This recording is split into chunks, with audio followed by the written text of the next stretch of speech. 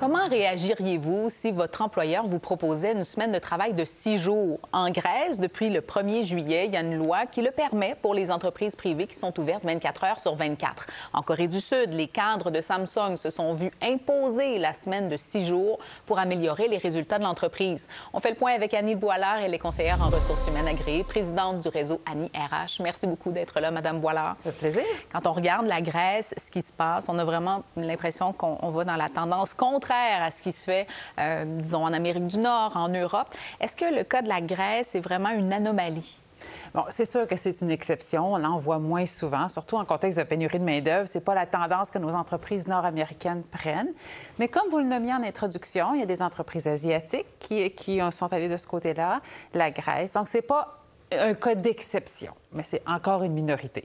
Bon, là, ce qu'on comprend, c'est que le gouvernement conservateur grec dit on doit aller dans ce sens-là, proposer la semaine de 6 jours parce qu'on a des enjeux de productivité, parce qu'on estime qu'il y a des travailleurs qui ne déclarent pas toutes leurs heures de travail. On veut donc récupérer, si vous voulez, certaines sommes d'impôts. Est-ce que la situation l'exige en Grèce qu'on aille en ce sens-là? Bon, c'est beaucoup mené par la pénurie de main-d'œuvre. Puis nous savons tous que la Grèce a connu une crise économique. Donc, ça, c'est un peu comme un effet de domino. C'est la répercussion, c'est que plusieurs des cerveaux, des travailleurs professionnels ont quitté. Puis maintenant, ils se retrouvent avec une pénurie d'employés. Puis c'est ce qui motive l'idée. Donc, l'idée n'est pas complètement dénudée de sens, dans la mesure où, comme vous le disiez tantôt, on offre aux employés la possibilité de travailler 6 jours semaine. Personne n'y est contraint. Sans compter que leur rémunération est aussi bonifiée. Hein? C'est 40 de plus par heure travaillée dans ces 8 heures de plus dans la journée. La question qu'on se pose, c'est est-ce que ça peut vraiment avoir des impacts positifs pour la productivité? C'est un peu un des arguments que fait valoir le gouvernement grec. Par contre, l'opposition n'est pas tout à fait d'accord. Parle d'une honte, dit que c'est barbare, que ça va nuire aux travailleurs. Concrètement, qu'est-ce que ça peut avoir comme conséquence pour les employés? Nos premières pensées vont vers la santé mentale. Oui. On se dit trop de travail, d'être débordé de travail, c'est pas sain pour nous. Bien qu'on ne veut pas tromper ici dans l'hypersimplification, parce que faut conclure que ce n'est pas tous les gens qui travailleront 6 jours semaine qui vont nécessairement faire un épuisement professionnel. Tout comme des gens peuvent travailler moins de 40 heures semaine puis vivre un épuisement professionnel. Il y a d'autres éléments à considérer. C'est certain que la charge de travail, la quantité d'heures travaillées, n'est pas inintéressante dans l'équation. C'est un des éléments. Mais le fait de travailler, d'avoir de la rétroaction positive, de savoir qu'on fait une bonne job, le fait qu'on ait accès à tous les outils de travail dont on a besoin, le fait de le faire sur une base volontaire, souvent parce que c'est un projet qui nous tient à cœur. Ça ne veut pas dire parce qu'un employé choisira de faire 6 jours semaine pendant 3 semaines, 4 semaines, qu'il va nécessairement avoir un épuisement professionnel à la fin. Bon, ça, on le comprend bien. Ce qu'on sent, par contre, et là, on se déplace de ce côté-ci, si vous voulez, à l'Amérique du Nord et les pays occidentaux, la semaine de 4 jours prend encore, en tout cas, c'est l'impression qu'on en a, de plus en plus de place. Ça continue de gagner en popularité. C'est quoi les avantages pour les employeurs de l'offrir et de l'adopter souvent? Après un test, on voit bien des employeurs adopter cette formule-là sur une base plus longue. Oui. Alors, le 4 jours semaine, encore, y a-t-il plusieurs façons de le concevoir? Oui. La première chose, pensons, travailler 4 jours semaine, payer 80 de son salaire. Ça, vous avez raison, Mme Saint-Arnaud. Ça l'existait il y a longtemps, ça l'existe encore aujourd'hui, puis il est fort à parier que ça va exister dans le futur.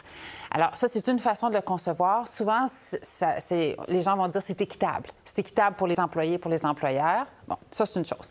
Il y a aussi le 4 jours semaine sous forme d'une semaine compressée. Oui. Ça, c'est 5 jours travaillés en 4. Donc, 4 jours de 10 heures par jour, 40 heures dans la semaine. Ça, c'est le modèle belge, par exemple. C'est une option, un petit peu moins prisée, disons. Rappelons que les Belges, après avoir passé cette loi en 2022, ne sont pas une majorité des gens à avoir pris ce privilège. Les gens ont senti probablement que c'était difficile de garder la quantité de travail sur 10 heures en continu. Il y a aussi l'idée d'être payé 4 jours, travailler 4 jours semaine puis d'être payé pour 5 jours. Mais là, 4 jours de 8 heures payés pour 5 jours de travail. OK, dans le fond, c'est une majoration de salaire à ce moment-là ou un gain de temps, tout simplement. Oui, bien là, il y a un vrai gain pour l'employé. C'est là qu'il y a toute la quête sur la productivité du côté de l'employeur. Si je paie 4 jours de 8 heures de travail, les employés travaillent 4 jours, puis moi, j'en paie 5 comme employeur. Est-ce que je gagne? Est-ce que je perds? Et là, toute la question des bénéfices. Parce que d'abord, ça, c'est la partie, disons, qui a pris le plus d'importance dans notre littérature, dans l'intérêt des entreprises dans les dernières années. Est-ce que ça se mesure, là, vraiment? Parce qu'il y a eu beaucoup d'essais, là, que ce soit en Europe ou de notre côté. Est-ce que les gains en productivité sont vraiment observables? Bon. C'est une grande question. Ce qu'on sait avec certitude, les employés ont un meilleur équilibre de vie. Ils trouvent qu'au niveau de santé, mieux-être au travail, ils sont gagnants. C'est pas très surprenant. Ils travaillent 4 jours, sont payés pour 5, on le croit. On sait aussi que l'absentéisme puis les congés maladie diminuent. Ça aussi, c'est pas très surprenant. Puis on sait que le temps de réunion aussi est compressé. Oui. Ça, ce sont les gains pour l'employeur. Maintenant, est-ce que ça vient compenser une journée entière de travail? Certaines entreprises prétendent que oui, ils sont arrivés, mais ça prend plus que de dire, bon, maintenant, vous ferez 5 en 4 jours. Il faut une démarche, il faut repenser le travail. Puis il y a des entreprises qui l'ont essayé puis qui ne l'ont pas adopté. Effectivement. Parce qu'ils ont trouvé que c'était beaucoup de stress. Puis, rappelons-nous, Mme Saint-Arnaud, quand Henry Ford, il y a 100 ans, a fait passer la semaine de travail de 6 jours à 5 jours, nombreux étaient ceux qui disaient ça va être difficile, ça va être trop stressant. Bien, aujourd'hui, quand on pense passer 5 en 4, c'est aussi le coût, c'est que c'est très... Les gens vivent une pression au travail. C'est quand même assez recherché, cela dit. Il y a de l'intérêt pour ça quand même. Madame Boilard, merci beaucoup d'avoir fait le point avec nous. Ça fait plaisir.